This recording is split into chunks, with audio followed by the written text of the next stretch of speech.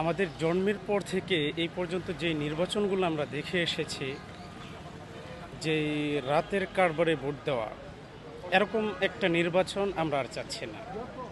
আমরা এখন একটা সুষ্ঠু নির্বাচন চাচ্ছি। ডক্টর ইউনূস স্যারের কাছে আমাদের একটা জোরদার আবেদন যে আমরা একটা সুষ্ঠু নির্বাচনের মাধ্যমে বাংলাদেশটাকে আর নয় পিছিয়ে থাকা আধুনিক বিশ্বের সামনে বাংলাদেশটাকে ইসলামিক একটা রাষ্ট্র হিসাবে গড়ে তোলার লক্ষ্যে খেলাফত মজলিস কাজ করছে। আপনারা সকলে দোয়া করবেন যাতে করে আমাদের প্রতীকটা হচ্ছে দেয়ালগড়ি, সকলে মাথায় রাখবেন। আর সকলে দোয়া করবেন আমাদের জন্য, আমরা যাতে করে বিজয় নিয়ে গড়ে ফিরতে পারি। আর আল্লাহ রসুল সাল্লাল্লাহু আলাইহি ওয়াসাল্লাম যেভাবে রাষ্ট্র ব্যবস্থা করেছিলেন সেভাবে রাষ্ট্র ব্যবস্থা করে নিতে পারি, মানুষকে নিয়ে একত্ববোধ হয়ে চলতে পারি।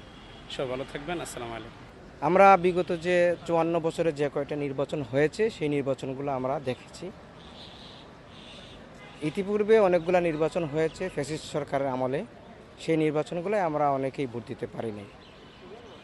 সামনে যে নির্বাচনটা হচ্ছে, আমি যাতে অবাধ এবং সুষ্ঠুভাবে ভোটটা দিতে পারি এবং আমি আমার পছন্দের যে প্রার্থী আছে সেই প্রার্থীকে নির্বাচিত করতে পারি। আর বিশেষ করে আমরা খেলাফত মজলিসের উদ্দেশ্য হচ্ছে যে এদেশের গুণেধরা সমাজ ব্যবস্থাকে সন্ত্রাসী, চাঁদাবাজ মুক্ত একটি আমরা সরকার চাই।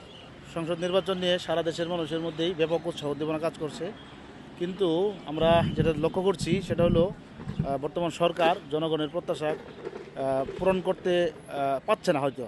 কিন্তু যদি জনগণের প্রত্যাশাকে পূরণ করতে না পারে, তাহলে এই সরকার, আমি মনে করি, ব্যর্থ সরকারে পরিণত হবে। এই জন্য এই সরকারকে আমি উদাত্ত আহ্বান জানাবো জনগণের পক্ষ থেকে।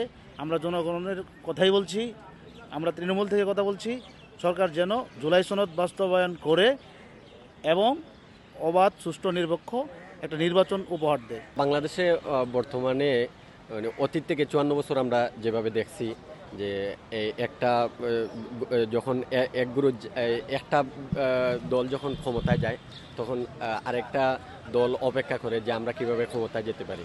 তো বর্তমান যে জেড জেনারেশন, তাদের যে চিন্তাটা সেটা হচ্ছে যে অতীতের নির্বাচনের ক্ষেত্রে বা দলীয় ক্ষেত্রে নিজের নেতারা যদি ভুলও কোনো কিছু বলে তাহলে সেটাকে তারা সমর্থন করত। কিন্তু বর্তমান জেনারেশনটা এমন তৈরি হয়েছে যে যদি নিজের দলেরও হয় আর উনি যদি ভুল কোনো তথ্য দেয়, ভুল কোনো বক্তব্য দেয়, তাহলে এটাকে ভুল বলার মানে এমন একটা জেনারেশন তৈরি হয়েছে।